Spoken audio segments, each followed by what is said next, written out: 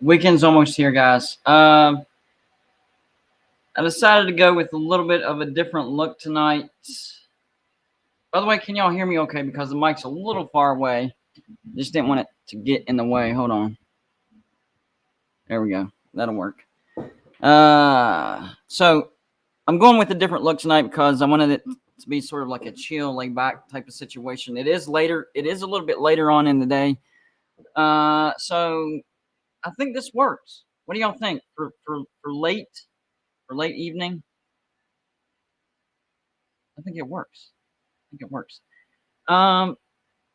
First of all, most of y'all hit the like button, and I appreciate that. But sometimes, if you're like me, you forget things. So just a quick reminder: if you haven't hit the like button, please do so. That's what really helps these videos the most. It helps the video hit the YouTube algorithm, suggests more people see it, click on it, boom, it grows the audience. So it doesn't just help me; it also helps you. So it's a great way to help the video grow, and that's what we want, right? Bigger audience. How many watched the video? I want to take a poll real quick. How many watched the video? That way I know where I can start with what I want to talk about tonight. Did any of y'all? Did all of y'all? Half of y'all? Some of y'all? A little bit? Smidge? Most? Anybody? Here's why. I was thinking today, the reason I made the video that I made earlier today about Notre Dame basically holding the ACC hostage is it's just getting on my nerves, to be honest with you. And the more I thought about it, I'm like, I understand that these conferences hold Notre Dame, way up here, and it's going to increase their value. But no offense to Notre Dame fans, this is facts. This is not trash talk. This is facts. What I'm about to say. Notre Dame has not won a national championship since 1988, and the team that they beat was freaking West Virginia. It was actually the first year that I became a West Virginia fan. Not because of that.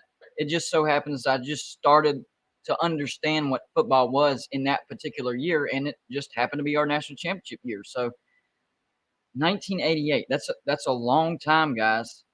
It's a long time. That's over 30 years. And I understand that Notre Dame has been to the national championship since, but as far as how much pull they have in all this conference realignment talk, it's just really surprising. And I know it's the name, Notre Dame, and Notre Dame has their own contract with NBC. Well, to be honest with you guys, that contract isn't worth all that much. I think it's like $18 million a year. So that's not really anything to like hang your hat on. I mean, congratulations, you have an entire network to yourself. All Notre Dame home games are on NBC. But with the ACC, their road games can be on the ACC network, ABC, ESPN, whatever. So, I mean, is it really that impressive? I'm just trying to figure out. I'm trying to figure out why people have their worth as high as they do. I've always this is my philosophy, and I use this in real life as well. People only have power if you give them power. I mean, that boils down to the president. I mean, he's not the president unless we vote him into power. And, law changes. It doesn't happen until somebody gives it power. It's the same thing with college football. Anybody, coaches, teams, conferences, they don't have power unless power is given to them. And that's why Notre Dame has the power. Because people continue to give them the power. It doesn't matter that they haven't won a national championship in over 30 years. It doesn't matter that their amazing TV deal with NBC is just $18 million a year. None of that matters because we keep giving Notre Dame the power. And it's not going to stop until the conferences are like, wait a minute, hold on. Look, we realize you're a great brand. You're a national brand. You have a pretty big fan base, the largest in the ACC for sure. But I mean, can you really control our destiny and the destiny of over 20 teams because of that? I don't think the two things equal out. I just don't. That's just me. Maybe I'm way off. Maybe I'm not understanding something. Maybe I'm overlooking something. I don't know. I just don't see it that way. I would understand if we were talking about like Alabama as an independent. I mean, they win a national championship pretty much every other year, right? And they're in the national championship almost every year. So if it were Alabama, we were talking about where they're independent and all these conferences were like, come here. Our very future depends on you. I would understand that. They bring a lot of national championships with them, but I don't see it with Notre Dame. And you could almost say that Texas is kind of in the same category. Texas has some big problems over there. Basically, the boosters are the boss, and I understand you don't want to bite the hand that feeds, and the boosters are the ones that feeds this program. But that doesn't mean you have to give the hand power. I mean, can they not differentiate between, all right, let's not make them mad, but at the same time, let's not give them power because they're way over here. They're giving them power. I mean, we don't get along with Tom Herman. You need to fire him. Okay, he's gone. Literally, that's the only reason why he was fired. Look at his record over at Texas. It wasn't bad at all. He had that 10-win season, slight downtick, 8-5 the year after, and then 7-3 in the COVID, and they were one game, maybe one play away from going to the Big 12 championship in 2020. But because you didn't get along with the boosters, and the boosters pay the bills, the boosters told the higher ups, get rid of him. We don't like him. We butt heads. He won't do exactly what we tell him to do. Get rid of him. That's what happened. Because if you really think about that situation, firing Tom Herman and bringing in Steve Sarkisian at best was a lateral move. At best. I don't even think it was a lateral move. I think it was a step back. But best case scenario, that was a lateral move. And so you pay out a huge chunk of money to get rid of a coach who was having success, and now you have to pay another coach on top of that. It makes no good business sense. I don't understand it. Not at all. And you could say the same thing about Gus Malzahn at Auburn, and I'm not saying that they should have kept him forever, but they should have waited till his buyout went down because he wasn't running the program into the ground. Never had a losing season at Auburn. Never. The dude never had a losing season at Auburn.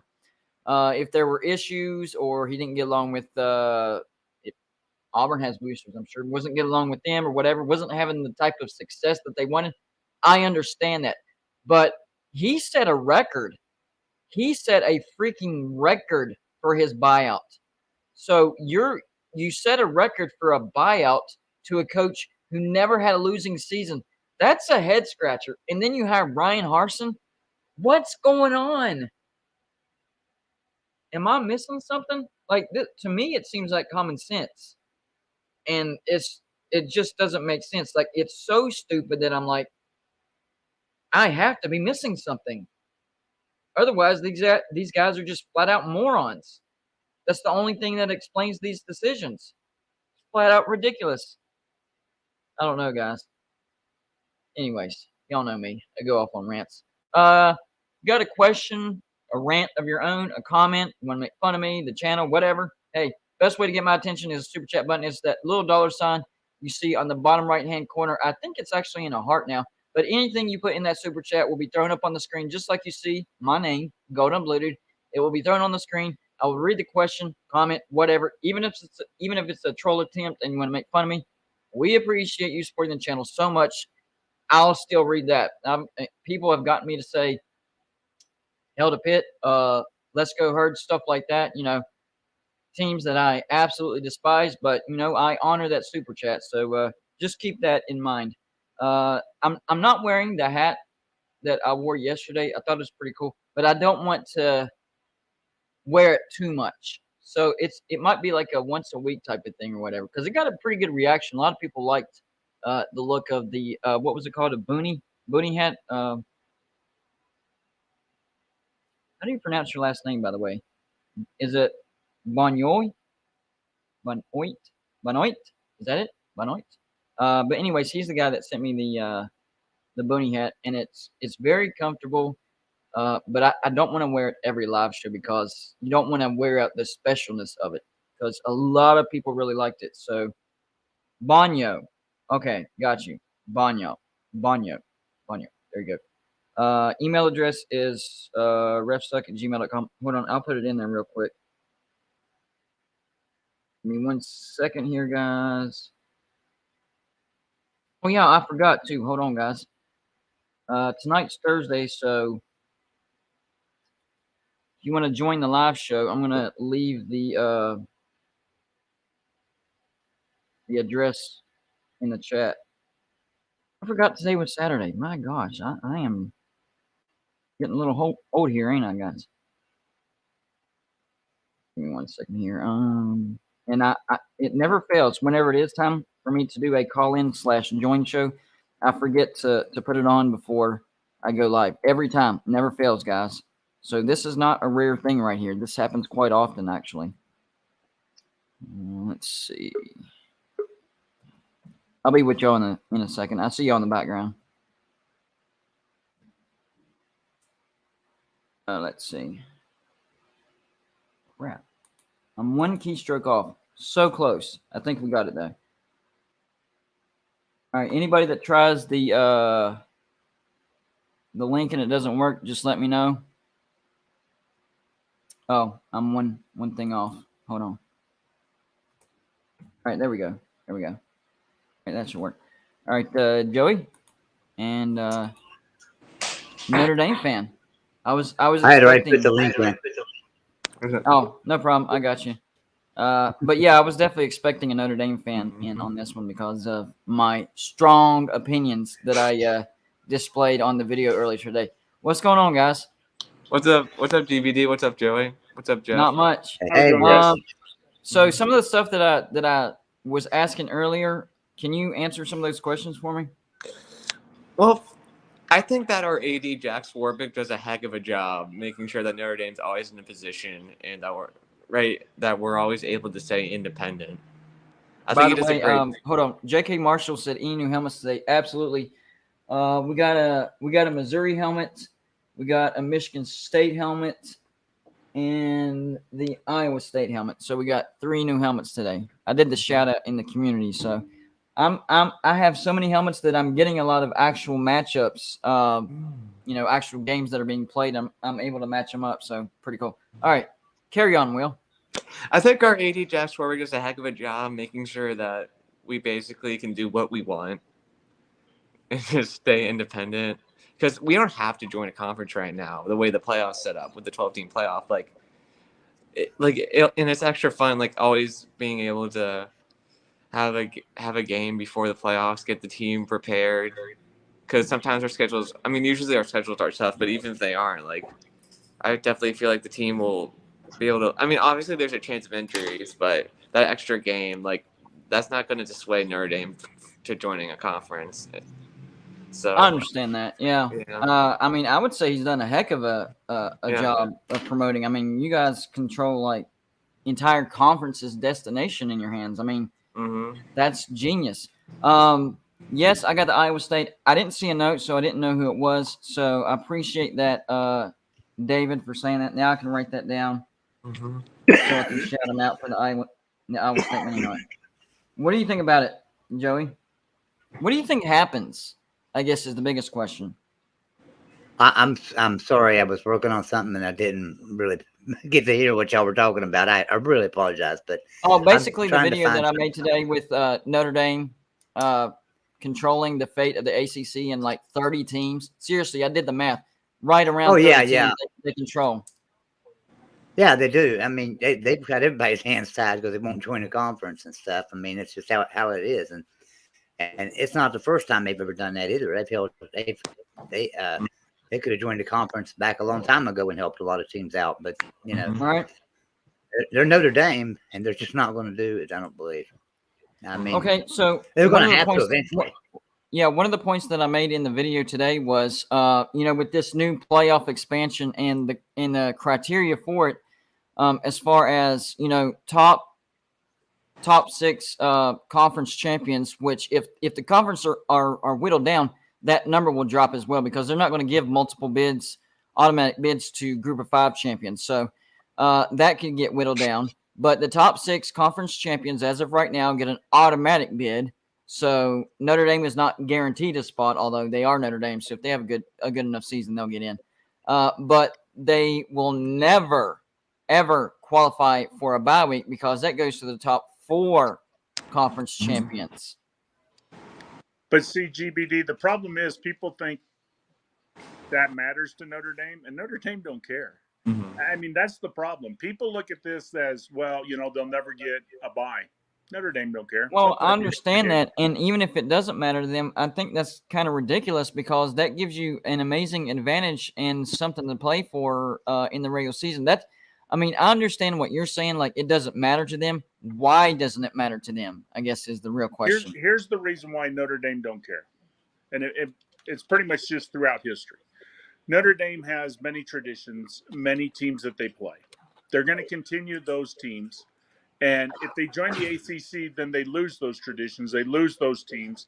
And those traditions and those teams are more important to them than joining a conference. A lot of people think, well, they're holding the ACC hostage. No, the ACC did it to themselves. The ACC knew when Notre Dame joined in every sport but football, Notre Dame wasn't coming in football. They knew that, but they put it in their contract that the only conference they can join is the ACC. And Notre Dame was fine with that because Notre Dame knew when they signed on the dotted line by 2036, Notre Dame will not be in a conference. Notre Dame has done a great job. They have a wonderful alliance with the SEC. The SEC is not going to vote to break Notre Dame from staying independent. The SEC wants Notre Dame independent. It's the best thing for it. So does the Big 12. So So the thing is, this 12-team playoff is not going to last. It's not going to work. They're going to find out after 3 or 4 years this just don't work, and then they're going to move on to a 16-team playoff.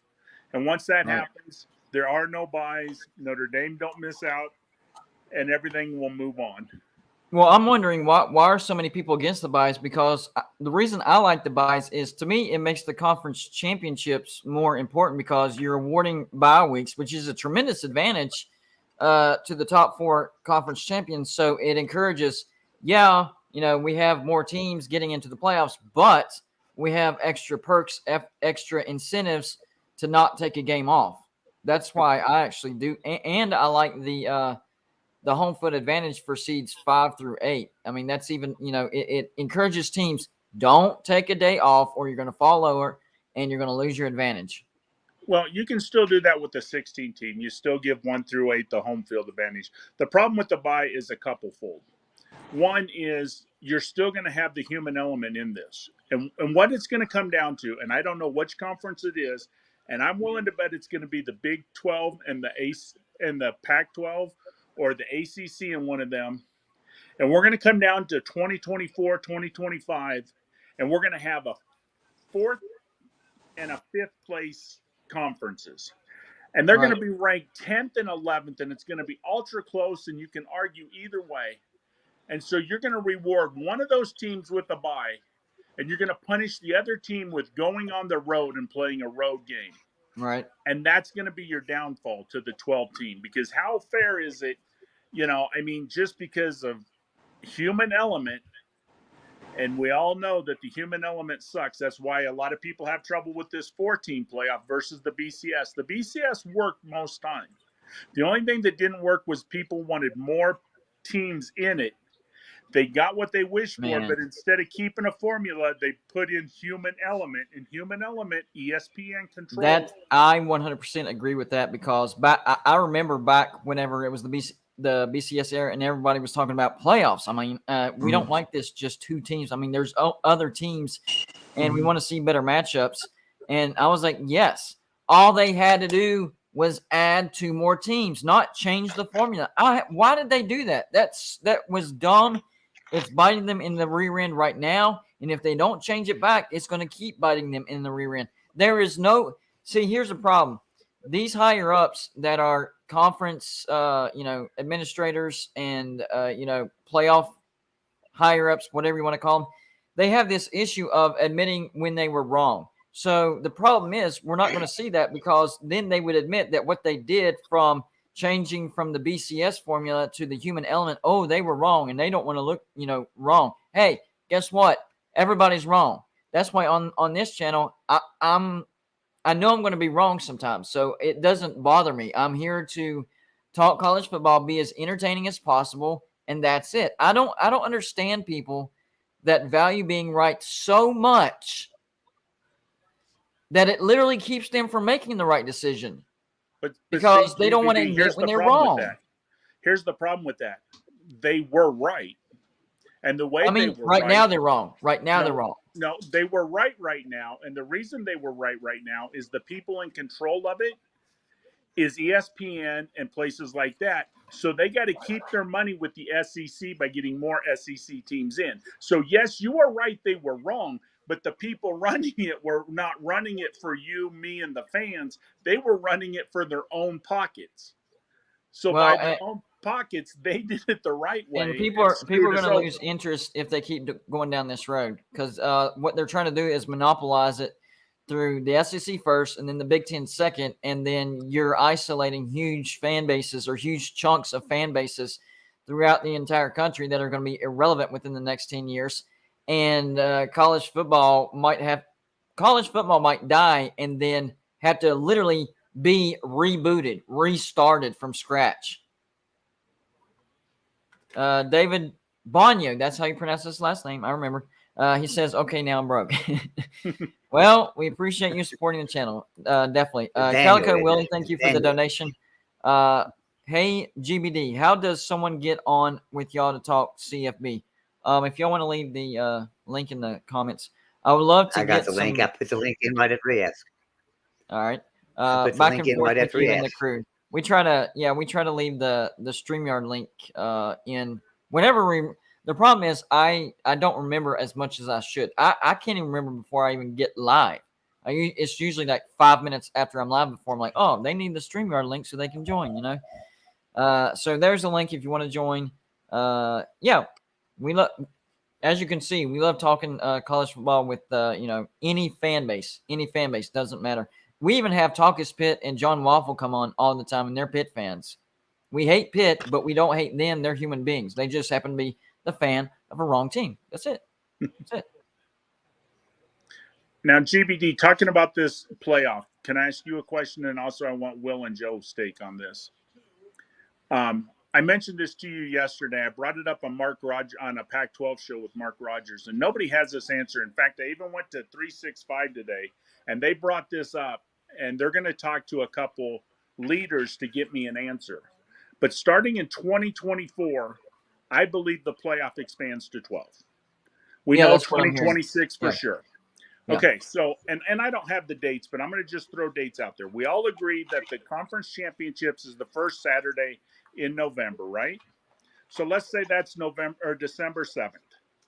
Now, we all know the week after that, December 14th, that's the Army-Navy game. Right. So the week after that would be the 21st. That's when the first rounds of the playoffs would start. So you'd play the 21st, the 8th, and then like the 3rd, and then whatever. Okay, but let's focus on December 21st. Right now, the way it is written, high school signing day is that Wednesday. So it would be Wednesday the 18th. I didn't think about that. So how do coaches coach their team and get them ready for a playoff? But let's say Alabama's a 5th seed and we got a home game that week, and Saban's trying to get his team ready. But we got a recruit out in California we're fighting for against Lincoln Riley. How does he go to California, get to recruit, but also no. Fly him to the playoff game. That would probably win him over immediately. That's what I would do. But you see what I'm saying? So we're going to have to get rid of this early signing because it's going to make an unfair advantage because you're going to have these coaches. Why can't we move the dates of early signing to where it's right after? But why don't we move it back to where it's always been, the second Wednesday in February, like it's been for years, except for the last 2 years, and get rid of this early signing? And that'll also take care of coaches getting fired in September and October because they need a coach in place in November. Yeah. SEC dog, I see you, man. He says, I wish someone else would outbid ESPN for SEC TV coverage because they suck. I agree with that. I think Fox is surprisingly good. I know ESPN has their staple College Game Day, and that's what everybody watches in the morning. But I'm telling you right now, that high noon kickoff or big noon kickoff for Fox is gaining some steam. And I watched it for the first time this year, and I'm like, this is pretty good. They do some different things that I like better, and they do some different things that I don't like as much. So there's some give and take. I don't know how they would go about with because the biggest thing about College Game Day, and we all know it, whether you want to admit it or not, is Lee Corso and the mascot, picking the mascot of the team of the primetime game. So that needs to get figured out. But honestly, Lee Corso, they need to give him an honorable send-off this year because he's starting to lose his thought process. He can't keep his thoughts together. And I don't want to see like a shell of a man. I want to remember Lee Corso for Lee Corso, not, somebody that's breaking down mentally. Does that make sense? Yeah, I think Pat McAfee is supposed to be the replacement of Lou Holtz. Oh, man. I mean, of Lee Corso, yeah. Oh, man. I think that's what's going to happen. That would be great. Hey, Joey, I'm going to try to speak in code to you Calico. real quick. Hold on, Joey. I'm going to try to speak in code to you real quick. So that shout out that we were supposed to get, did that ever happen? No. Yeah, as far as I know, I don't know, but not as far as I know. Okay. Hey, Calico, Willie, I know we didn't explain it to you. I put the link in right under your super chat. If you'll click on that StreamYard link, it'll bring you to a page. Only thing you gotta do is type in your name and come on in with us. You will have to show your face on camera in the back room when you come in, and then you can turn your camera off once we see that you're a real person and who you are. So just letting you know how to get in here, buddy. We've had several strange characters try to get on the show and shut us down. Can't allow that. Yeah. All right. So do y'all think that Notre Dame somehow influences or has already influenced this playoff expansion? Because whenever I look at this, I'm like, man, this is actually anti-Notre Dame. It seems like they had no say in this. Am I not seeing something? There's one big thing you're not seeing. You got six conference champions, right? Right. But who's guaranteed the seedings? What do you mean? Only 1 through 4. Only the top 4 are guaranteed their seeds, right? I thought 1 through 4 was guaranteed a bye, and the top 6 seeds are guaranteed as the 6 best conference champions. No, what happens is the top 6 conference champions make the playoffs. The top 4 right, are automatic seeded mid. 1, 2, 3, and 4, and then after that it's by ranking. And they did that to give Notre Dame a better chance to get a home field. Because if they went the top 6, then it's 1 through 6, and then there's only 2 more home team games, and that would be harder for Notre Dame. So the payoff was we give Notre Dame a better chance to get a home field advantage in round 1. Okay, so they're okay with never qualifying for a bye, but sounds like a better chance to get a home field game. Right. Okay. So speaking of Notre Dame home field, when's the last time, because I want to make sure that I'm asking the right question, when's the last time you've been to a Notre Dame home game, Will? 2013, but I do have tickets for the Clemson game. Okay, well, I was going to ask you if because what I've heard over the past couple years is that the home field for Notre Dame is not good right now because they have a bunch of season ticket holders who are getting up there in age, and what's happening is some of these younger, people that are buying just game by game tickets, who are the louder people, are literally being told by ushers to, hey, you're around season ticket holders and you're getting a little too loud. How's that even possible?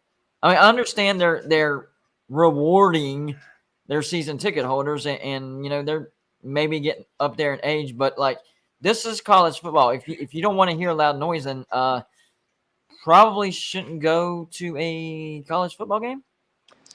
I agree. Yeah, I mean that might. I'll ask in the message board if that does happen. I haven't. That's the first time Okay. I've heard that. But Notre Dame's Okay. always like try to be more of a family friendly sort of stadium, Right. and because they don't want to throw like mustard bottles onto the field. Like that's not the Right. Notre Dame way at all. Like Notre Dame's supposed to be gotcha. fun for everyone. Everyone has a good time at the game, and that's always been the vibe of Notre Dame. Like, Yeah. That's what Kansas State is starting to try to, push as far as an agenda. That's why they call it the Bill Snyder Family Stadium. So, yeah, so it's kind of in the same boat as Kansas State. I was just wondering because I was like, well, what's the point of having, a home game if you're telling people around your older season ticket holders to be quiet? That was like, and I'm trying to figure out if there's any truth to that because I've heard it from multiple people. So I'm like, that holds some water to it. So maybe you can do some investigating whenever you go to that game. yeah, I'm curious because it's a night game. Like, I'm sure a lot of people are gonna be loud, Right? Against Exactly. and Clemson's a blue blood, so Exactly. I'm definitely intrigued now that you told me that. Well, speaking of, what should have been a night game, Jeff, why is Tennessee at LSU not a night game? I'm kind of ticked off at that. That was chosen as the game of the week, so that makes it the 2:30 game.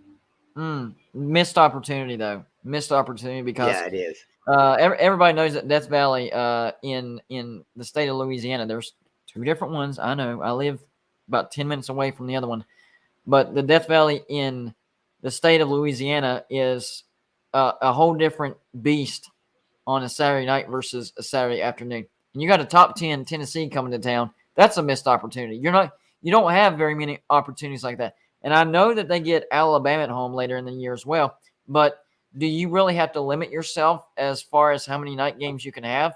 I mean, if you have a big time opponent and your record merits it, you should be able to make it a night game as many times as you want, right? Here's the thing, though. They would rather play us during the day because they have a better record against us during the day than they do at Death Valley at night.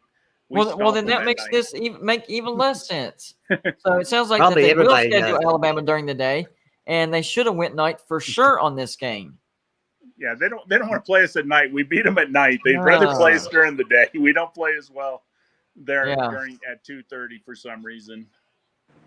Yeah, so, Johnny Manziel. They want to bring back the Johnny Manziel game. I want to hear Will. What is your thoughts on BYU Notre Dame? What is your prediction? I think we'll dominate the line of scrimmage and win by 2 to 3 scores. Yeah, I've changed my mind on this really? game. I don't like what I saw with BYU on the road against Oregon. This is going to be another road game. I think Notre Dame wins by 2 touchdowns now. Mm-hmm. I do too. I picked Notre Dame to win. I think it'll be a good game in the first half. Oh, yeah, definitely. I think it's the second half when Notre Dame pulls away. I think the first half will be really competitive, but then after that, the second half, the lines of Notre Dame will just pull them away. GVD, you inspired me You inspired me. I'm gonna do my own live game reaction on my channel. Say it again. You inspired me. I'm gonna do my own live game reaction on my YouTube channel. Oh yeah, people love that, man. I'm telling you. Yeah, people it's gonna be like crazy leprechaun watches. Especially if things don't go well. Even if you win during the end, if something bad happens, you have to react to it. That's what they love. Oh yeah, I'm gonna do that. And then Are you the going to dress Mountaineer up like a Clown. leprechaun? People are actually waiting on that video now every week for the Mountaineer Clown to make an appearance. So, and that I got to thank my brother on that one because we were texting and he was just mad. He was just like, "Clown show." One of his texts. I was like, "Sounds good to me." And that's how the Mountaineer Clown was born. Yeah, and I'm gonna have to do a little bit of shopping so that way I can add a little bit every week, and then by the end of the year. Full-blown clown. Have you ever watched the movie Tropic Thunder? This is a reference because I don't want to say the sentence because that would get us shut down. But never go full clown right off the bat. You got to work your way up to it. That's right. That's what we're doing. That is what we're doing. Is BYU not as good as what we thought they were? I'm kind of surprised because last year The reason why I said that, last year they lost Zach Wilson, and I was like, man, they're going to take a big step back. That dude was an NFL quarterback. Everybody knew it. He's proving it right now. But they still had a 10-win season, so I'm like, okay, so I guess BYU can reload and have a really good year, but now they're doubling back on me. What's going on at BYU? Well, the easiest way to explain it is BYU was what, 5-0 against the Pac-12 last year? Yeah. And let's Yep. be honest, the Pac-12 was garbage last year. That was the Yeah. worst Pac-12 since That's I think true. Tony said 1949. Okay, so Yeah. those 5 wins made BYU look like they were, world beaters. And then this year they're playing actual decent teams. Now, I don't know what happened to Baylor. I don't know why Baylor stumbled so hard against BYU, but you look at BYU since then, they look a step slow. They're undersized. They don't look like a Power 5 team. And I know they're joining the Big 12 next year, but if you look at that team, they're not ready. That's not a Power 5 team right now. Do we have any There's none sneak of them peeks teams ready. on the new Big 12 schedules, adding Cincinnati, BYU, UCF, and Houston? Has anybody seen any sneak peeks on not dates? Because I know sometimes they don't release dates, but at least you'll know who's going to be on the road, who's going to be at home. Have any of y'all seen a sneak peek of that? No, I'm very interested. not. No. Okay, so I'm going to keep my eyes out on that because I want to know if we have to go to BYU in year one. That would be kind of rough. Just to be honest with you, that'd be kind of rough. Now, if you're talking about schedules, though, the Big Ten has announced they're going to drop their schedule for next year this month, and their schedules are going to float every year, and they're going to do a tier system like the NFL. So every year, if you're good, you're moving up, and if you're bad, you're moving down. So bad will play bad, good will play good, and it'll be more competitive. I like it. That's a great idea. Yeah, not bad. I like it. So look for that in the next couple of weeks. It's supposed to come out. Do you think that the Big Ten is going to add Washington, Oregon, Stanford, and Cal? I'm hearing that's gaining a lot of traction now. And I know you said that would probably fire up some antitrust laws, but if there's no if the teams remaining have a landing spot and they're okay with it, does that go away? No. Because you're going to have to – the problem is with the antitrust is you can't say they're okay with it because is the Big 12 okay with it? Is the ACC okay with it?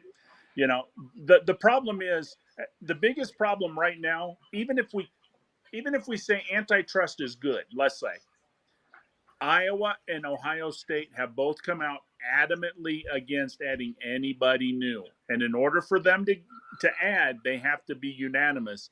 And Gene Smith at Ohio State has said no, and what's his name? Bartlett, I think, at Iowa. Gary Barta. Barta. Why? Okay. Why do they have issues with that? Because the money is not going to work right now, and they don't want to give even a partial share, and then 4 years later give them a full share because the money is not right. But don't they have an escalator clause in their contract as well, to where their contract can be renegotiated to compensate for that? They can, but the problem is in 4 years, they're guaranteed 100% share, whether the money is there or not. Right. I got you. So then Ohio State and Iowa could lose money, and neither one of them want to lose money at this time. Well, the way I would do it, though, is see if you could kind of figure out what the negotiations look like. Say, okay, so if we add them, what are we looking at now? And then you can make a decision based off that. From what I heard, it's like a $20 to $30 million drop by bringing in those 4 teams per team. Yeah. Oh, well, I can see why. Well, then why does everybody – see, that's why I'm confused. So that makes sense why Ohio State and Iowa would be against it, because at first I was wondering, why are they against it? Now I'm wondering, why are the rest okay with it? Well, and the other thing is I gave you that figure, and that figure is only half true. That figure also includes the payout for the playoffs. So okay. I mean, it's not just the TV revenue, but when you count the playoffs in it too, because you're adding 4 more teams to your conference that gets a piece of the, playoff pie and all this other pie. So that's where a good chunk of the money will be lost. It also makes me wonder if they're factoring in getting multiple teams into the playoffs, though. Is that counting the playoffs as is or playoffs expanded? Playoffs expanded. They're all looking at the 12 team right now because that's pretty much been improved. They know right now that it's guaranteed to go from $500,000 to $1 billion. And So that's only for 2 years. In 2026, it'll be renegotiated and it'll be a lot more money than that. So they've done the math and they've factored in, the 12-team playoff, and the Big Ten is probably going to get 2 or 3 teams in, and adding those 4 pretty good brands, and it's still going to be about a 20 to 30 million drop per team. That's team. surprising. That is Yeah. surprising. Now, it isn't that much in the beginning because they're going to bring them in at only, Partial a 50 shares. or 70% share. But once they become 100% invested, like Nebraska is now, I mean, think about it. You brought in Nebraska. Nebraska's a blue blood, and it's a name in that. But they're not carrying their weight. They're not bringing anything. So if you bring in a Cal and a Stanford, who are both good, have had good football teams, but are struggling right now, they're not adding anything to the pie. They're just going to drain from the pie. Yeah, especially Cal, for sure. So I got to add one more layer before we move on. So having said that, you just said that they're probably going to renegotiate in 2026 for the playoff money, right? Did they factor that in as far as whenever all these teams will get a full share? If you're counting how it is now, then I would understand, but were they able to factor in whenever that pay gets bumped up? Maybe it could close it to where it's not a drop at all. Now that I can't answer because I don't have that, but I'm pretty sure that a person like Smith, I'm sure they've added, okay, if it's a $500,000 now and it's going to $1 billion, let's say it goes to 1.5 billion. This is what I'm sure they've done mathematical equations with, a floating scale of, right. If it's 1.2, it's this. If it's 1.6, it's, I'm sure they've done the numbers, and I'm sure the numbers does fluctuate. So maybe it does come down. But from what I'm hearing out of those two, they still don't want, to add any more members. Okay, what about the SEC? The SEC is okay staying at 16 right now. Okay. Because the SEC's only move right now is, we could beg Notre Dame, which will never happen. We could go to West Virginia, and we could go to Oklahoma State, and I'm 99% sure both of them say yes. Right. That moves us to 18. I don't know what your number is, yours and Oklahoma State, to bring to the SEC.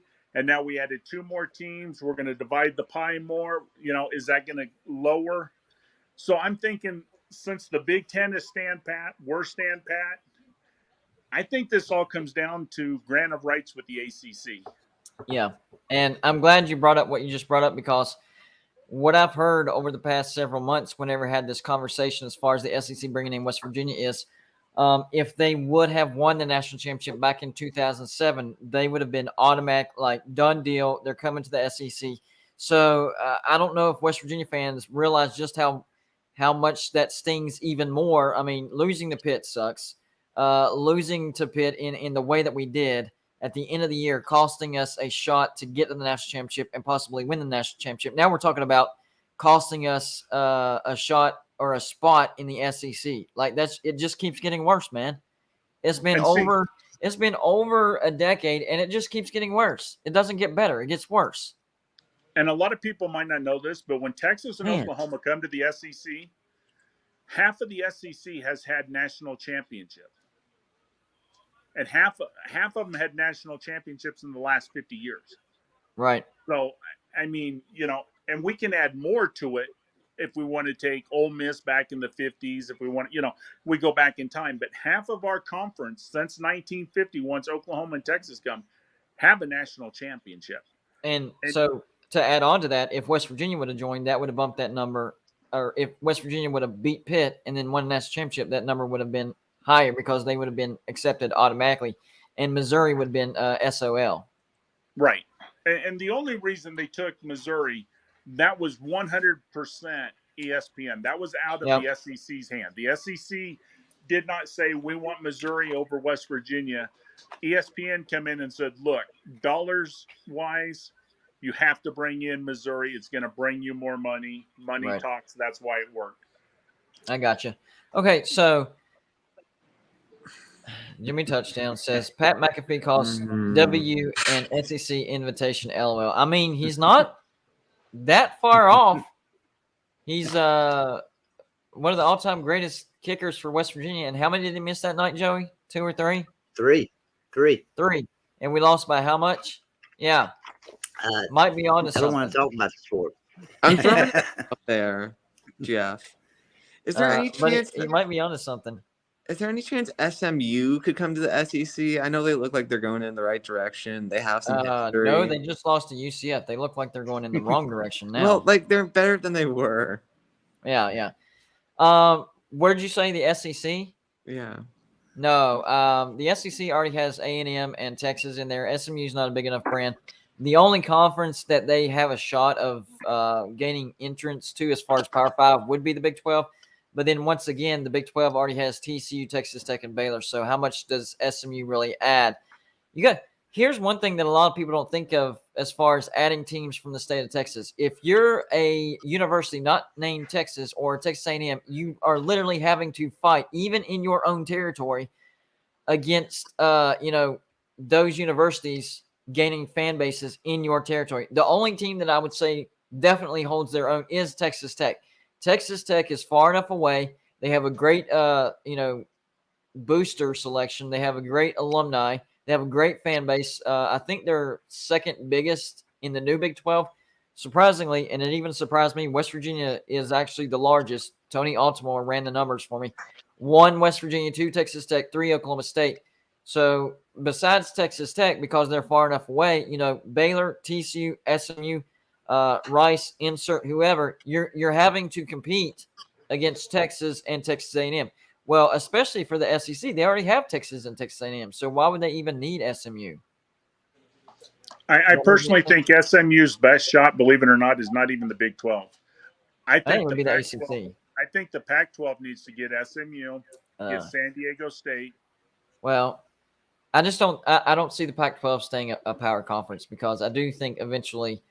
I know not now because of the whole drop in revenue, but I do think all that gets figured out, and even if the Pac-12 lasts another 5 to 7 years, it's still it's going to happen. They're not making good decisions. They're not making enough money for themselves to stay relevant and to keep the names that are in there. They're just not. I don't know what the problem is. It can't be the time zone, can it? I mean, could it be as simple as that? But think about this. You heard what ESPN offered the Pac-12, and you heard what they offered the Big 12. And you heard what the Pac-12 countered with. I couldn't believe it. $1.5 billion is what they wanted. But did you hear the difference is only 15%? So the Big 12 has 12 teams, and their money is only worth 15% more than the Pac-12. So the Big 12 ain't that much better off right now.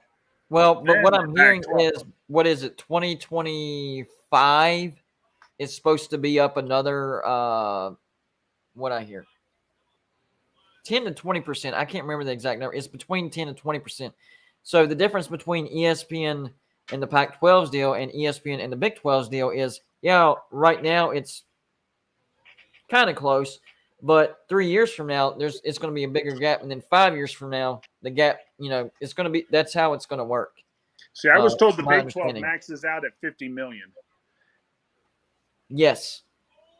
And the Pac-12 maxes out at 44. I heard 38. I'll have to double check on that, but I thought I heard. I'll check 38. on that too, to make sure what number, what is what. But right, I would agree. I saw a comment earlier on one of my videos that got me to thinking. Because earlier I made the video where the Pac-12's having a really good year, the best year they've had in probably 5 years. Clemson is still undefeated, so they're in the playoff mix.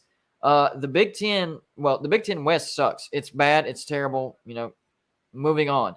But the Big Ten East has 3 teams in the top 10, and they're all going to play each other. What do you? I specifically wanted to ask you because you're an Alabama fan, you're an SEC fan. But the comment that I saw, and whenever I first saw it, I kind of laughed at it. But then whenever I thought about it, the old what if gears started turning in my head. Okay. So the comment was, what if the Pac-12 ends up with an undefeated champion, whether it's USC or UCLA, one of those two, because Utah, Oregon, Washington, they've all picked up a loss. USC or UCLA, they finish undefeated, so there's a spot. Let's say Clemson finishes undefeated. There's a spot. And let's say the champion for the Big Ten goes undefeated, but the runner-up only has one loss, and somehow the SEC champion ends up with 2 losses. Is there any shot under the blue sky that the SEC gets left out? No. It'll never happen. The only way the SEC gets left out is if they have like 3 losses or more. 3 losses. I'm going to have to look at the schedule and try to figure out a way for the champion to have 3 losses now. ESPN 1 will not let the SEC set out. 2, I gotcha. Didn't the Big Ten this year decide that they're not doing the East-West in the championship, that the top 2 teams are going to play each other? I thought that was Pac-12 only. Okay, I thought the Big 12 or the Big 10 agreed to it too. No, they still have divisions as of right now. Okay. But I know the ACC is dropping their divisions next year too. Jimmy Touchdown says Alabama to the toilet bowl after UGA rolls Tide. Ooh. Now here's my question to you. Let's say Purdue has 2 or 3 losses, Minnesota has 2 or 3 losses, and they upset either Michigan or Ohio State in the Big Ten championship. Then does that guarantee Alabama, Georgia loser to go on, and we get 2 teams in the Big Ten sets out? I think so. It depends on if the team going into the championship was undefeated. If you pick up 1 loss, and let's say the loser of the SEC championship ends up having 2 losses, then I would say no. But if the loser of the SEC championship only has 1 loss and it's the SEC championship, then yes, I would say the Big Ten's in danger of missing the playoffs for sure. Yeah, let's say Ohio State or Michigan, that's their only loss. And let's say Georgia or Alabama, that's their only loss. Who do you put in? Do you put Georgia in over Ohio State or Michigan? It's not who do you put in or who do I put in. It's who do they put in. They put in the runner-up of the SEC. I think we all know that. What's helped the SEC is Georgia. Right now, the SEC doesn't have to worry about, the winner of a terrible conference upsetting the winner of a great conference, because as bad as the SEC East has been, Georgia has carried it. And Georgia, ran through it undefeated. And then they lost to Alabama, and that was their only loss. And boom, there you go. SEC 2 teams. Same back whenever, Alabama and Georgia got in together that time as well. That's what's helped the SEC. Georgia not slipping up and losing a couple games. Right. Either only losing 1 and winning the SEC, or going undefeated and just losing the SEC. Because this is why the Pac-12 has dropped divisions, because the weaker divisions have been winning. That could happen to the Big Ten. It's happened to the ACC several times when a 3-loss Coastal Division winner goes on and beats, the Atlantic Division. So that's why the ACC is dropping it next year. I think all conferences should drop. I think it's stupid. Why did they come up with that rule? What was the purpose of that rule? Well, that came up in 1992 when Mike Slide from the SEC started conference championship games. Right, but why did they put in the, hey, if you have 12 teams, you have to go to divisions? Oh, I don't know why they went to that, but yeah, I know they were definitely not thinking ahead on that one. Like, wait a minute. What? Well, we're dividing it now, and it looks pretty even. But what if in 5 to 10 years, one side is dominating the other, and then you have that one game? Because anything can happen in one game, right? You have that one game. I mean, remember Kansas State and Oklahoma back in the day? Yeah, anything can happen in that one game, and it's better to have the 2 best teams. That way, if the better team has an off game, you still have the second best team winning your conference, which is better than like the 5th best team winning your conference. But unfortunately, I That's think my we all opinion. agree the Big 12 is dead this year. They pretty much beat each other up. Oh, having man. one of them Oklahoma make the State playoffs. could. Oklahoma State could, Jeff. Don't forget about Oklahoma State. Well, Yeah, I think no, what Jeff, Oklahoma State. everybody's mind is going to Oklahoma, how bad they are, and Baylor getting beat up. Well, there are teams that have taken their place so far, and that's Oklahoma State, and then two undefeated teams in TCU and Kansas that are going to face off on Saturday, and one of those will stay undefeated as well. Maybe Oklahoma State is the one that has to carry the Big 12 this year. And I would feel a whole lot better about it as far as getting the Big 12 in if they would have been able to keep Knowles for one more year, because you can tell that defense has taken a step back. Now, to Oklahoma's credit, they finally have a great offense. It should have happened last year because it was being promoted like crazy. Just didn't happen. But for whatever reason, it's all clicking this year. So they do have a great offense, but that defense has got to catch up. And I know Derek Mason is a great defensive coordinator. And, maybe there's a bunch of new guys in there, which I know there are, and they're just working on chemistry. And then they actually have a better second half of the year. So their offense is already good and their defense is getting better. Oklahoma very well could be the team to carry the Big 12 into the playoffs this year. Oklahoma State. Did I say Oklahoma or Oklahoma State? You said Oklahoma. You meant Oklahoma State, though. Yeah, that's what. Or TCU. Or TCU.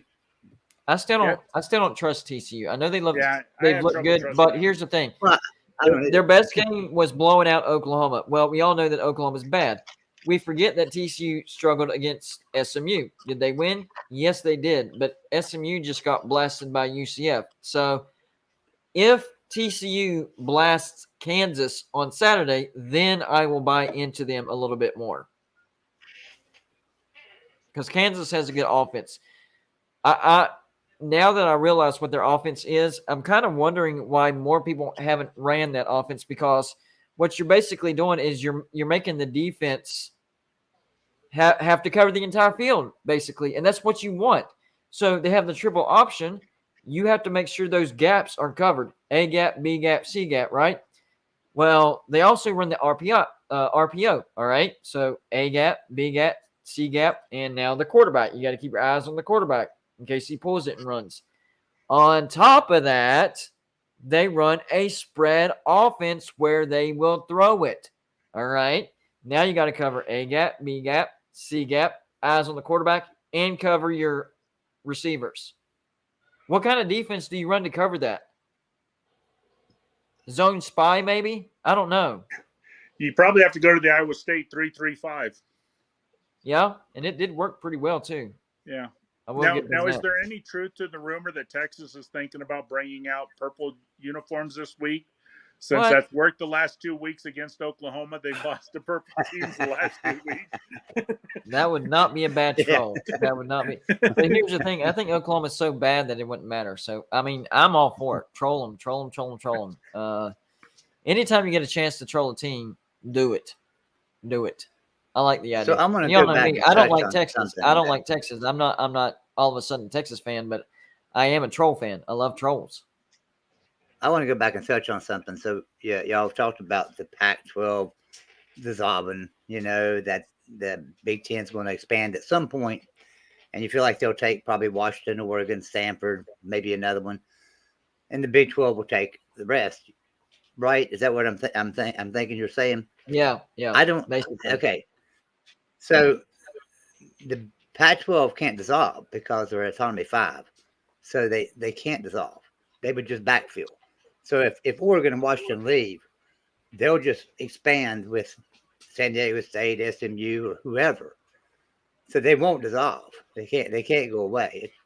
But power's granted by the NCAA. The thing that I was talking about is if Washington, Oregon, Stanford, and Cal go to the Big Ten, and then Arizona State, Utah, and Colorado jump to the Big 12, then you have Washington State and Oregon State.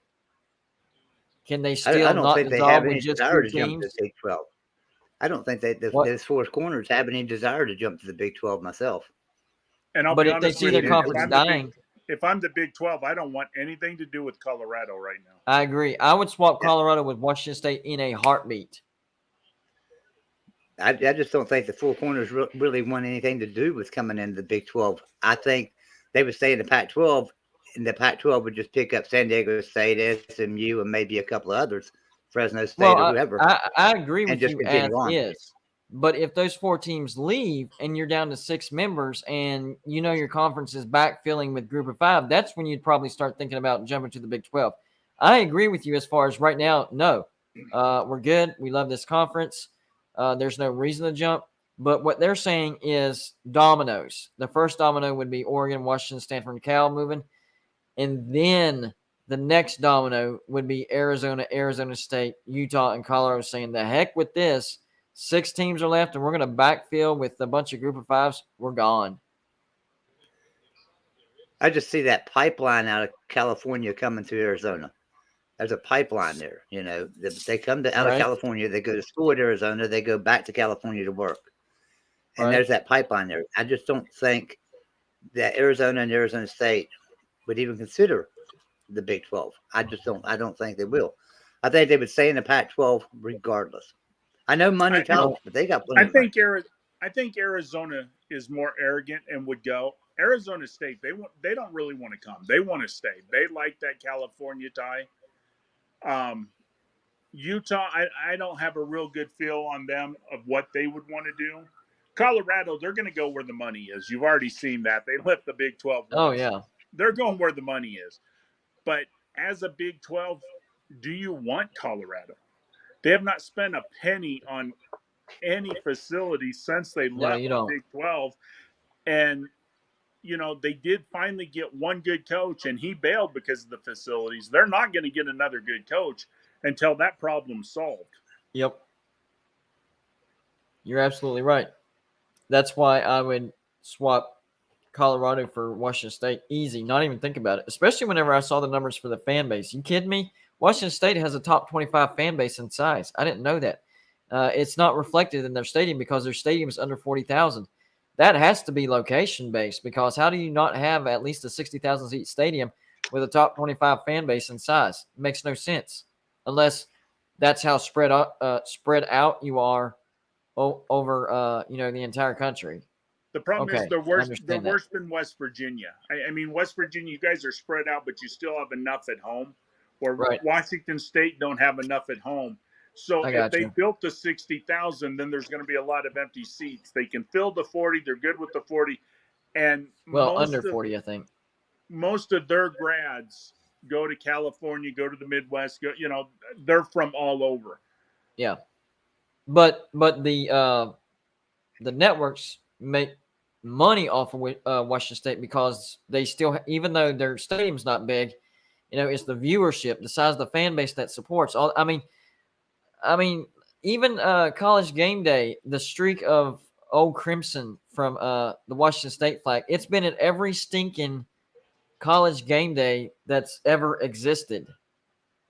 I mean, I know that's only one flag, but still, that's making a statement right there. You're going out of your way to make sure. I don't know if they pass it from one person to the next or if it's the same person, but that's still, effort to make sure that they're represented. I heard they have a committee and they meet in the off season and they break down the 12 games. And then they just pass you're going to go to this one.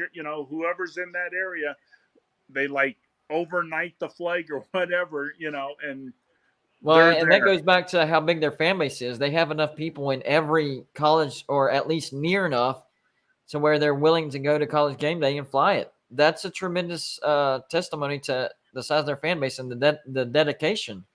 Even though their stadium's not big, it's nationwide. It's nationwide. It's pretty impressive, to be honest with you. And I'm the type of person where I keep my eyes open as far as bumper stickers go and who's represented here and how many I see. And honestly, I don't see a lot of Washington State stickers. And I know I'm on the east side, but I would be interested to see at what point do you start seeing a big increase of those bumper stickers and representation of Washington State? Is it Tennessee? Is it Missouri? Is it Oklahoma? Where does it, start become recognizable, if that makes any sense? But what I would wonder is, what is the major cities around you? Yes. I mean, I bet yes. if you go to Charlotte, I bet if you go to Atlanta, I bet if you go, to bigger cities, I'm sure you're going to find a few. Yeah. Joey, tell them what our biggest city for viewership for our channel is. Dallas. Dallas. Yeah. Dallas, Yeah, Texas, I've been number one. focusing really hard in Dallas. Los Angeles, San Francisco, Austin, and Austin's West big, Virginia. yeah. The state of West Virginia is like 6 on our list as far Right. as viewers and stuff. So yeah, Right. our biggest market. And how many Texas videos do I make? I mean, I make some, but not a lot. Make some, but not a lot. Yeah. Right. Exactly. Yeah. Packer 910, thank you for the $2 donation. Says which eight teams are going to vote to disband the ACC? If I would say, well, possibly more than 8, depending on who all is guaranteed a spot where. But I would think definitely Clemson, North Carolina, Florida State, NC State, Miami, Virginia Tech, Virginia, Duke could if they're guaranteed a spot. Louisville could if they're guaranteed a spot. Pitt, Syracuse. I mean, really, there's only 2 teams that definitely would not vote to disband because they're not guaranteed a spot would be Wake Forest and Boston College. The rest are more than capable of voting to disband as long as a conference guarantees them a spot. And I think for sure 8, Clemson, North Carolina, Florida State, Virginia, and then Virginia Tech, Miami, NC State, and Georgia Tech, surprisingly. Yes, I think those 8 for sure. Then the other 4 probably because they can go to the Big 12. Miami's a great fit for the Big Ten. Absolutely. Didn't they just get AAU status as well? They're supposed to be in the process of it. I don't know Okay. if it's been announced yet or not, or if it's next year they get it. But yeah, Miami and Georgia Tech both would be good fits for the Big Ten. They're private schools. They're good research. Yeah. I mean, we're not fortune tellers. We don't know if the ACC will or will not be disbanded. But we can go by what we're seeing. The ACC makes crap money compared to the Big Ten and the SEC. And those big brands are like, especially Clemson, hey, we're winning y'all national championships and we're making a third, not even half, a third of what they're making. So, yeah, we are most definitely voting to disband. And if we can guarantee you a spot, North Carolina, are you coming? Okay. Florida State, you coming? Okay. And it goes on down the line like that. So the chances of the ACC voting to disband, it's there. It's there. And it's because of the money. Now, if ESPN can renegotiate with the ACC and bump up the pay, maybe that buys them some time and, satisfies them for a little bit. But if they don't renegotiate, then I think the ACC is in danger of getting disbanded, for sure. But see, the biggest problem, and people don't talk about this a lot, everybody talks about the SEC being evil because we caused all this realignment, and the Big Ten's evil because they took USC and UCLA. It's nobody's fault but the Big 12, the ACC, and the Pac-12. They had 3 terrible commissioners.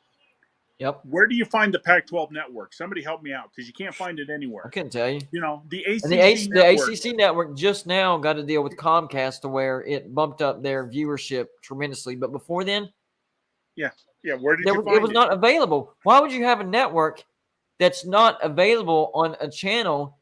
You're not even giving people a choice. So they can't even choose you. It's not even possible for them to choose you. That's nonsense. It's stupid. So the ACC can blame the ESPN. Well, we didn't get a good deal. You didn't market the ACC network. You didn't put it in everybody's hand where you could have got millions of dollars more. The Pac-12 network is terrible. The Big 12, they decided, let's butter up Texas's butt, give them the Longhorn network, and we'll just be without a network. So they don't even got a network, So, I mean, a lot of people can blame the SEC and the Big Ten, but your commissioners of the other 3 conferences are the ones that caused all this. Yeah. I see your comment, Mike. That's a valid question. So a lot of people have asked me this. What's to keep the Pac-12 the Big 12 and the ACC from actually, like, for real banding together and really saying, hey, we're one conference. We're not just an alliance. We're one conference. Well, the biggest thing is the different commissioners. Like, I don't know. We got to realize once they get up in that position, like, they like that power. I don't know if any of them. So there would be a jockeying and a fight for power. I don't know if they would be able to coexist like that. What do y'all think about that idea? That becomes the problem. What are you going to name it? Is it the Big 12? Is it the ACC? Is it the Pac-12? Right. Okay. Now think about this. The Big 12 has. Wait. I got it. The Atlantic Pac-12. But like the Big 12 owns the Big 12, the Right. Big 14, the Big 16. I mean, they've already bought these names. And it's all about brands. So once you keep changing your name in that, you lose branding. So what are you going to name it? Now, like you said, you have 3 commissioners. Who's going to be in charge? And now. Right. And what grant of rights are valid. Right. So right now you've got 15 teams with Notre Dame in every sport except for football in the ACC. You got 12, so that's 27. And then you add another 10 from the Pac-12. You have 37 teams. Yeah. How is this going to work in basketball and all these other sports? Plus in football, what divisions are you going to have? And that's then, a lot of, yeah. Yeah, I mean, in theory, and, us 4 and everybody out, in the audience, that's a great idea. And, hey, let's do it. Well, it sounds good. I will say one thing. They could follow the NFL's lead on this and have it, one conference, but then they would have their own divisions as they would being their own individual conference. But, under the same banner, it's just their division is their old conference name. You know what I'm saying? It's like the NFC, the NFC and the AFC. Like, they're all over the country, but then you have the divisions, and they're all part of the conference. They could do something like that. So what if you get a 36-team conference, okay, with these 3, you get 36 teams. You put 9-team divisions, okay? So there's 9 teams in a division. You play everybody in your division. That's 8 games. And then you play 2 other games in your, 2 other teams. Right. So you play a 10-conference schedule. And then after that, you go to a playoff to find out who your winner is. And then whoever don't make the playoffs, you just play a different division, the same number as you. That way you get 12 games. That would be about the only way you could work it out feasibly and have an argument that you could be. And that's adding more games before you even get to the real playoffs. Yeah. That'd be the same amount because you're only going to play 10 regular season games if you go to your conference playoff. Because then you're going to have the, But then what about out of conference games? You wouldn't have any out of conference games would be the problem. Gotcha. I have to get out of here, but I wanted to let everybody know that every week I do a breakdown of a game on video and put it on Patreon for Patreon members. And so this week I'm going out on a limb. I'm gonna break down a game that everybody's aware of, but nobody's probably paying much attention to, and that's Utah and UCLA. So I'm gonna break that game down and put a video out about that on Patreon tomorrow. So just let the Patreon members know. And then don't forget that we have our show on Sunday for Patreon members. So if you're not a Patreon member, head over and join it up. With Joey doing that on Sundays and Saturday college football, Golden Bluted is literally doing live shows every day now. Every day. Along with regular videos every day. We're working hard. Appreciate it, Joey. But I have a prior commitment, so I have to get out of here and stuff. So okay. I will see everybody later on. See you tomorrow. All right, Joey. Appreciate it, Joey. Have a good night, Joey. Good job, buddy. Before we get out of here, I want to ask y'all, what did you think about my, I guess, rankings for the Pac-12 as far as their chances of making the playoffs? And refresher, number 1, USC. They can afford 1 loss, right? And I do think they lose to Utah, but then if they run the table, they're getting to the playoffs. Number 2, I actually had UCLA. That might surprise some people, but that was because of Their schedule is not that bad, and they also are undefeated, so they could afford one loss. Number 3 was Oregon because they already have one loss, but their schedule, I think all 3 of their ranked opponents are at home. Number 4 was Washington, and number 5 was actually Utah. I figured that would surprise a lot of people because a lot of people think that Utah has the best chance of running the table. But what I did was I combined the fact of first their records. Utah can't afford any more losses. That was the first thing. The second thing I looked at was their schedule. And Utah still has 2 road trips to ranked opponents. The first one is this week against UCLA. And the second one is later on in the year against Oregon on the road. And then even after UCLA, you have to get past USC at home. So it's because of Utah's schedule why I had them down at number 5. What did y'all think about that? I don't mind. I don't mind it. I do think Utah wins this weekend. I think it's going to be a good game, and I think it'll be an interesting game. The one thing I do like about Utah, though, is getting USC at Utah. That is huge. I think Utah could beat USC at home. I don't think Utah could beat USC on the road. And then what about Eugene? Oregon, I don't know what Oregon is. I mean, it's Dr. Jekyll and Hyde. What Bo Nix is going to show up? Are we going to get the, much improved Oregon version, or are we going to get the Auburn version? I mean, whichever one of him shows up is going to determine on how they're going to do in the game. Right. UCLA is a team that, with a little bit of luck and the ball bounces right, they could beat USC and they could win it. I do agree that this is the best Pac-12 looking conference in at least By 5 far. years. I mean, right now they're number 2 as far as ranked teams with 5. I think that UCLA is the same way with their quarterback and Dorian Thompson-Robinson. Like some days he looks like a Heisman Trophy winner, and some days he looks just as bad as Bo Nix does on his worst days. Honestly, I think that comes down to play callings because some of the games you're like, why are they calling the game like this? And then the other games you're like, yes, those are the exact plays you want to call for DTR. It makes no sense. Like, you know what works with him, call that game. And I understand every team has a different defense, so you got a scheme for it. But I'm sure his repertoire is big enough, and you understand the plays he runs well the best, that you can figure out a good game plan for each defense without going outside of his comfort zone. I would love it if USC runs the table and we take them out. I think that would be wonderful. Oh yeah. That's going to be tough, though, because that game's at the Coliseum this year, ain't it? Mm-hmm. There's always a lot of Notre Dame fans there, but, yeah, that definitely makes it a bit tougher. But I'm excited for that game. Well, Sam, the other question I would have with the Pac-12, with the top 5 is, which one of them, and I know USC's already done it, who has to go to Oregon State? That's a tough place to go. Washington State, too. Who has to go to Washington State? Right. I mean, those are quite, those aren't teams that people talk about and people think, heck, they'll just go to the Mountain West. They're not that. They're really better than most people give them credit for.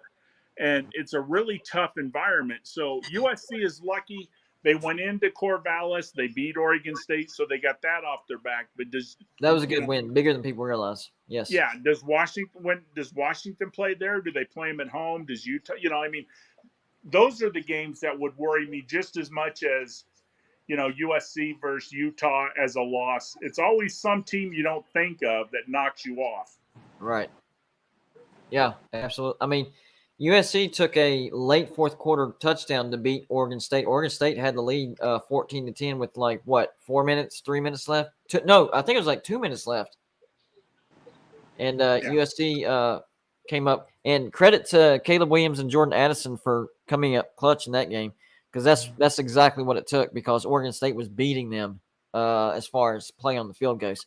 Same with Washington. I will say Oregon State missed some big-time opportunities to stretch the lead, and that's probably another thing that cost them lead. Kind of like what we saw between Florida and Tennessee. I thought Tennessee was going to lose the game because every time they had the opportunity to stretch it to three scores for the lead, they would give the ball back to Florida. I'm like, all right, they're just going to keep messing up, and eventually Florida will catch them. But Tennessee made one play more to grab the game. Not so much for Oregon State. Yeah, I mean, I think the same with Washington State and Oregon, man. Like Washington State, they had that lead. The refs did not help them at all. The refs were terrible. That was a easy face mask call. Easy. But yeah, the Cougs couged it as we said. The Cougs. Man, couged. what were they up by? They were up by what? Well, they lost by 4, and they got down by They were up by what, 11. 15 or 17? Yeah, at one point, and then Yeah. well, but Yeah, I whenever, mean, with like whenever 5 the minutes face to mask was go. called, they were up by 6, I think. Mhm. I think it was a 1-score game whenever that happened, and it kept it knocked Washington State out of that drive, and they had to punt it away. Oregon scored, and then they scored again, and then Washington State scored to pull 44-41, and then they tried the onside kick and failed. But they had that as well, and the dude coughed it up. Same thing. Listen, I know Texas beat us soundly, 38-20. They did. No excuses. But if you break the game down, number one, Texas won the first quarter big time, 28-7. Okay, 28-7. That's a terrible hole, and we couldn't get out of it. But in the second half, think about this, guys. In the second half, we won 13-10. So we won the second half. On top of that, we went for 2, and if we would have got that, we would have been down by 16. 2 scores, okay? And did y'all see that onside kick where our receiver had it, and it just came out? Like, we ran that onside kick so perfectly. We had it. We had it, and he couldn't grab it, and it squirted out of his hands. So as bad as we got beat, and people are going to remember the first half because that's when we got blown out pretty much. Everybody's going to remember that. And as bad as that was, we actually had opportunities in the second half to get within striking distance. You needed to watch the whole game to understand what went on in that game, as in every game.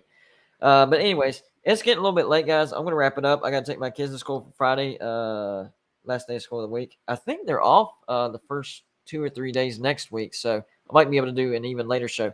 But as usual, what I want to do is give y'all your last word, and then we'll head out of here. We'll start with Jeff Grimm. Well, everybody should tune in Saturday to Alabama A&M at 2:30. We're going to give A&M another reason to fire Fisher. And I don't know if you guys heard the new rumors now, but College Station has now determined that it's cheaper to hire a hitman than pay the $90 million. So, Wow. that has been said at numerous sites, and it's going around today. I don't know if anybody's heard that or not, but yeah, Well, it's cheaper to I know hire this a name. hitman. I know this name pops up every time the coach is on the hot seat, but I've heard from a lot of people that they are like talking to Urban Meyer. Mm-hmm. I heard he got offered between 150 and 180 million was My the figure God. that I heard. My gosh. But I just thought it was funny today that they decided it's cheaper to hire a hitman than Yeah. to pay him his 90 million. So Yeah, and they probably have a fall guy lined up for it too. yeah, exactly. But you guys have a great night. Thanks for having me on. All right, thanks for stopping by, buddy. Appreciate it. Will ND, what is your last word of the night, buddy?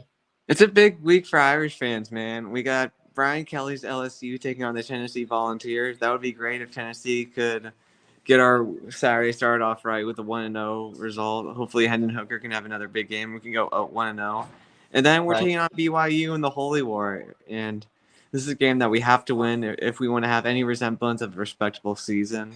We need to win this game. And then we got UNLV and Stanford. And then I think we got Syracuse and then the Clemson game. So if we can go into that game with momentum. Yeah, I like Notre Dame's chances against BYU. I think you guys will win that game. Mhm. But did it make you sick to your stomach when you saw LSU get ranked? Oh my, yeah, it was awful. That was terrible. I didn't agree with that. I mean, they had to come back from a 17-0 deficit. I know it was on the road, but Auburn is terrible. I mean, look at Penn State. They pounded them 41-10. LSU should not be ranked. I disagree with that. So I immediately thought of you. I was like, man, he has got to be sick to his stomach over this. All right, buddy. Well done.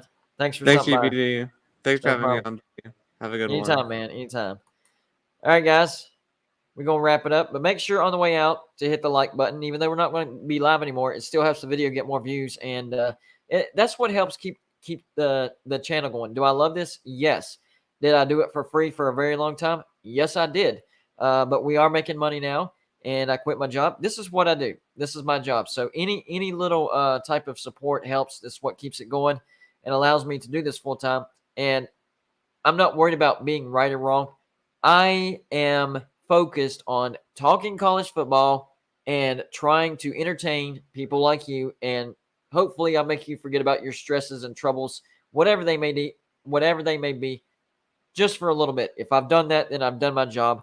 And that's the way we run around here. Anyways, y'all have a good night. We're gonna go live again tomorrow, and remember we have the West Virginia live show over on the Voice of College Football at 8:00. I know it's a bye week, so I'm not sure, but I think the show is gonna be a little bit shorter than usual. But don't forget to check that one out as well. All right, guys. Appreciate everybody that stopped by, everybody that commented, everybody that liked, everybody that hit the super chat. Appreciate the financial support. That helps the channel tremendously. Generous donations. Appreciate it, guys. Y'all have a good rest of your day. I'll see you sometime tomorrow. I'm just not exactly sure when.